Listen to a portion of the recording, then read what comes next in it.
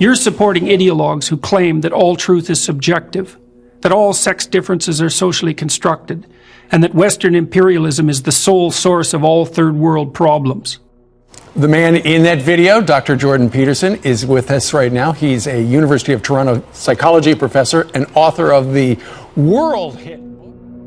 I'm very pleased about all the support. It's quite remarkable, all this interest in these complicated matters and complicated discussions. And it's so nice to see people concentrating on psychological and philosophical issues and leaving the idiot politics as far behind as possible, because it's certainly what would you call it?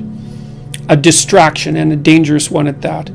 So it's so funny talking to the mainstream media types, because everything they talk about has to be viewed through a political lens. And although I continue to insist, I did BBC Hard Talk, which was aired today, and that was a classic example of an interviewer being entirely scripted and trying to push everything that's happening around me, I suppose, into a political narrative. And it isn't political as far as I'm concerned. Not everything is political, despite the insistence of people who feel that the personal is always political. It's like, no.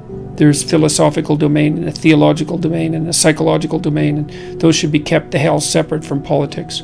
In that introduction, you say, I quoted you as saying there are dangerous people teaching your children. Who are you talking about? Well, increasingly, and this isn't only the case in the universities, people are being taught by ideologues, not by educators. And ideologues have a very simple way of looking at the world. They reduce it to a few principles like inequality and unfairness and power. Those would be the fundamental principles at the moment that are operating on the radical left, and they're on an ideological campaign. And that's increasingly the case in elementary, junior high, and high schools as well, mostly because the faculties of education are full of people who are radical. So, and this is well documented. I mentioned this earlier, is the media, as it disintegrates, and it certainly is disintegrating at an incredibly rapid rate, everything is political. It's as if the philosophical and the psychological and the theological don't exist. And, you know, increasingly in my interviews, I've been talking about what's been happening at my lectures on my tour, and the audience isn't there for political reasons at all. They're there because they want to figure out how to have a responsible and meaningful life. And it's as if that story just doesn't exist. The framework, which is basically a political framework and increasingly a politically correct framework, doesn't allow that to exist as a reality. And that's why, well, I'm much more comfortable lecturing to the crowds that have been coming to see me than I am talking to journalists. But I also think the universities made a dreadful mistake expanding their humanities purview to include disciplines like women's studies and these ethnic studies disciplines, which aren't disciplines. They're pseudo-disciplines at best, and they have very, very low academic standards, and they're corrupting the rest of the enterprise. And so, and that's not a good thing. What do you mean corrupting the rest of the enterprise? Well, you need to have standards in education, and the fact that disciplines emerged that had no real methodology and no method of proof, no philosophical background, no real history, meant that, and that they became degree-granting enterprises, and that they emerged to produce political activists, which is exactly what they advertise on their websites, means that you've got a fifth column of ideologues operating behind the scenes, and they spend almost all of their time engaged in political activism, you know, and that's not good for the university as a whole, by any stretch, or for society as a whole. It means you have to confront things right then and there, which is, I suppose, why so many of my interviews have been, in some sense, confrontational, because people will impose a thinking agenda on the flow of the conversation. This is especially true in the mainstream media. It happened again recently with BBC's Hard Talk. They impose an agenda on the conversation, and then that just doesn't work out very well, because I'm paying attention and I will object to the agenda, not because I have a different agenda, except for what I said, which is that I want to say what I think. I want to say as truthfully as I can what I actually am thinking in this more abstracted and detached sense, and see what happens. So it's a hard thing to clarify, because you might say, well, Dr. Peterson, you just said you want to say what you're thinking. But it's not exactly the same thing. It's not like I'm thinking strategically. I'm listening, thoughts emerge, and I say them. I'm not trying to manipulate, I'm not putting spin on things. I'm not trying to manipulate the conversation in any particular way. And again, the reason for that is because I decided a long time ago, probably 30 years, that there was no more effective way of dealing with a complex situation than to try to say what you believe to be true. And not to manipulate it, none of that. It just doesn't, because those are all lies as far as I'm concerned, that kind of manipulation and spin. So we live in a time when the sum of human knowledge is increasing exponentially, and so much of that knowledge is right here at our fingertips. But are we really taking advantage of that knowledge? Or are our minds made up for good? Now, there's one small complication. Not all of this new information is created equal. In an age when we're inundated with conflicting messages, and there's so much information out there that is designed to mislead and deceive us, being able to assess what is quality information and what is not is one of the most important skills we can teach each other, share with each other, and with our children. One of the things I was arguing with Sam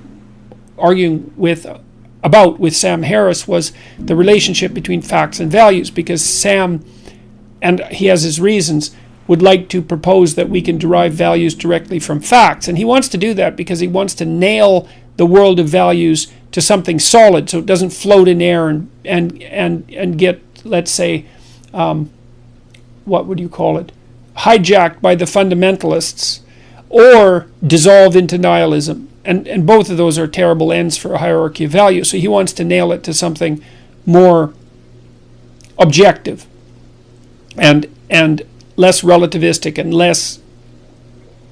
less grounded in revealed truth.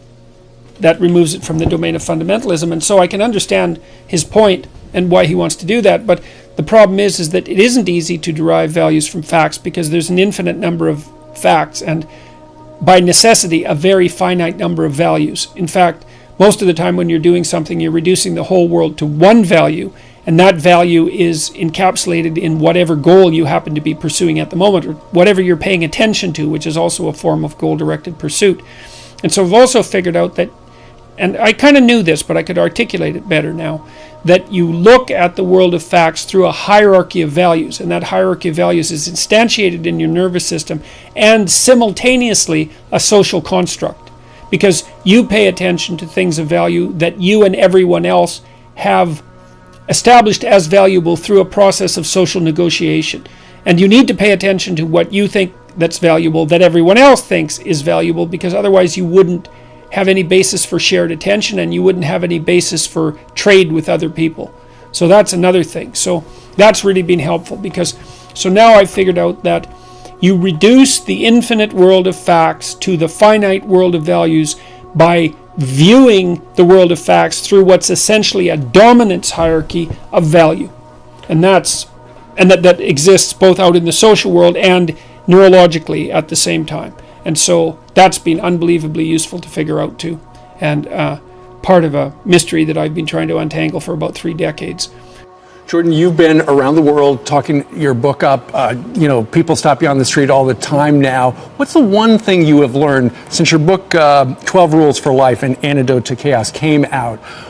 How has the response been, and how has it impacted you? Well, I've learned 2 things. I've learned that people are starving for a real conversation about responsibility and meaning, and about the relationship between those 2 things, because people need a sustaining meaning in their life, and it's not to be found through rights and impulsive gratification. It's to be found through the adoption of responsibility. I'm not going to do these interviews to sell books or to promote myself, or I don't have a strategic goal in mind. except that I'm going to have a conversation and I'm going to say what I think and take the consequences, because I assume that if I say something and I believe it's true, then the consequences are as positive as they can be, regardless of how they look at the time.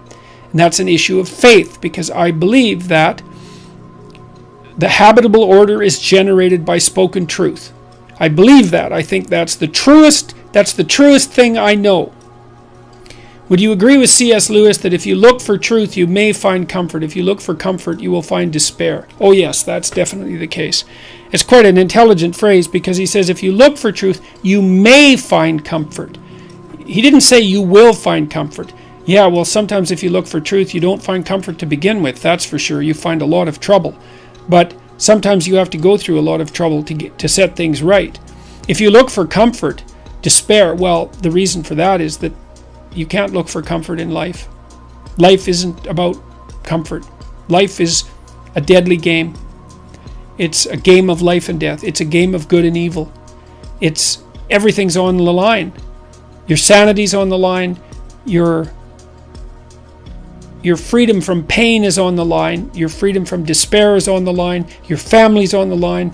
The other thing that's so interesting about that is that it transforms pessimism into optimism. It's like, well, the world is a very dark place. It's full of suffering and it's full of malevolence. And it might even be so full of suffering and malevolence that a reasonable person could question the justification of its being, as Ivan Karamazov does in The Brothers Karamazov, which I would highly recommend, by the way. That's an absolutely great book, Dostoevsky.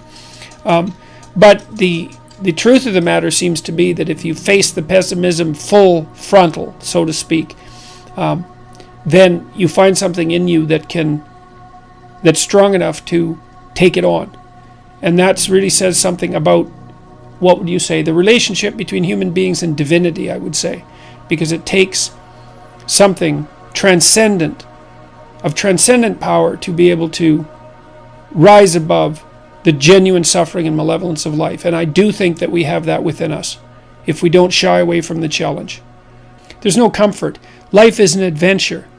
And I think the greatest adventure that you could possibly have is the one that you find if you look for the truth. And that's a good place to stop.